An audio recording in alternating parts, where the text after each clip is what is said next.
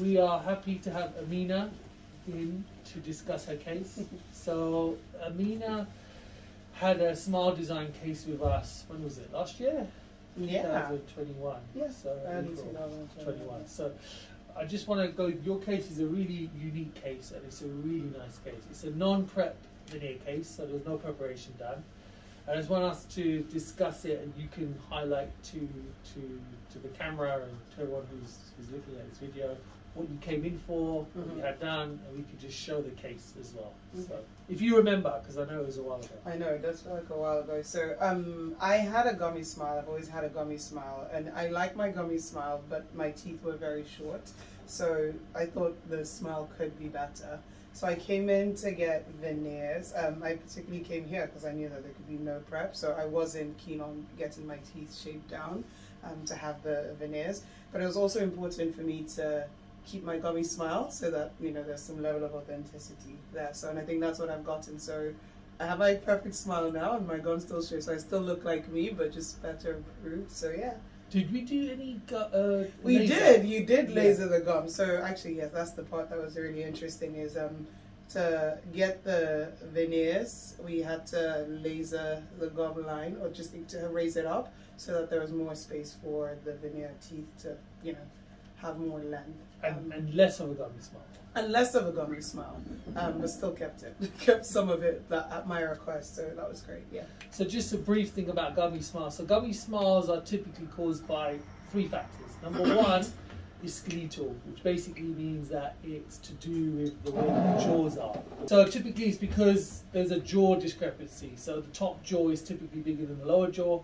So to fix that, well, you can't, because if the jaw is, there's a discrepancy in the jaw, you can't, you know, reduce the size of the jaw. So in your case, it was a bit of that, but it was also the fact that you did have your teeth were quite short, so you had quite a bit of tooth still under the gum. So that's called ultrapathic eruption, which is a process that doesn't happen. So we do a checklist, we go through it, and then we decided we can do some functional crown lengthening using the water laser. Yes. So the water laser means there's no surgery, it's just a laser which reduces the gum as well as the bone. Yeah. Key thing is the bone had to be reduced to raise the gum up somewhat. And then once we did the laser treatment, gained probably about 2 to 3 millimeters of tooth, then we went and did your ceramics. Yeah. So all the ceramics are done by Craig, and they're all feldspathic ceramics, so they're all handmade. So we can show a bit of the case on the video, but you can, or on the picture. So this is how Amina, and you can zoom in or come in a bit if you need to. This is how Amina first appeared to us. So you can see it's pretty gummy, right, the smile, and it's a little bit skewed.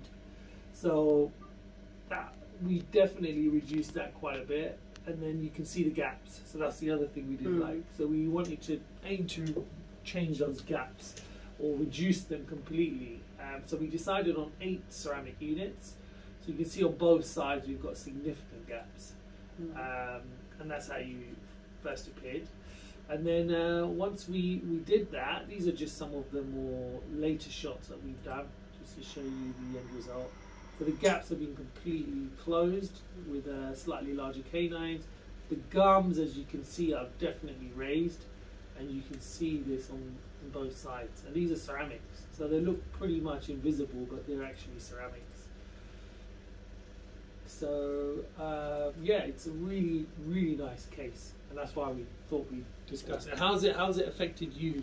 I mean, how do you feel now? I think confidence. Yeah, definitely, for sure. I think when I was younger, you obviously confidence is part growing up and part like liking your features. So when I was younger, I'd actually cover my mouth sometimes when I'd laugh, and I grew out of it. But now, yeah, I smile a lot more.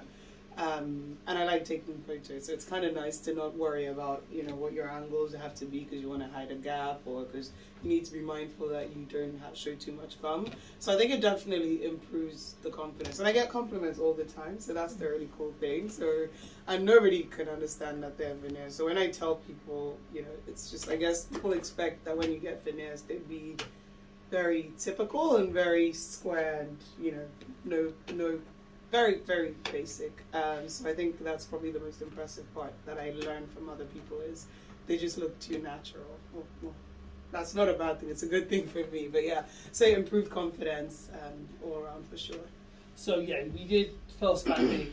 They're a OM3 shade, I think. So they're a bleach shade, but just very subtle. So it's bright, but not like, you know, people can't see from across the street. That sort of bright. So they're nice and bright, so you will get compliments, but no one will ever know that they're ceramics. So, and I think that typically are the sort of colours we like to do. I don't like doing the crazy, you know, BO1 or the shades which are just super bright.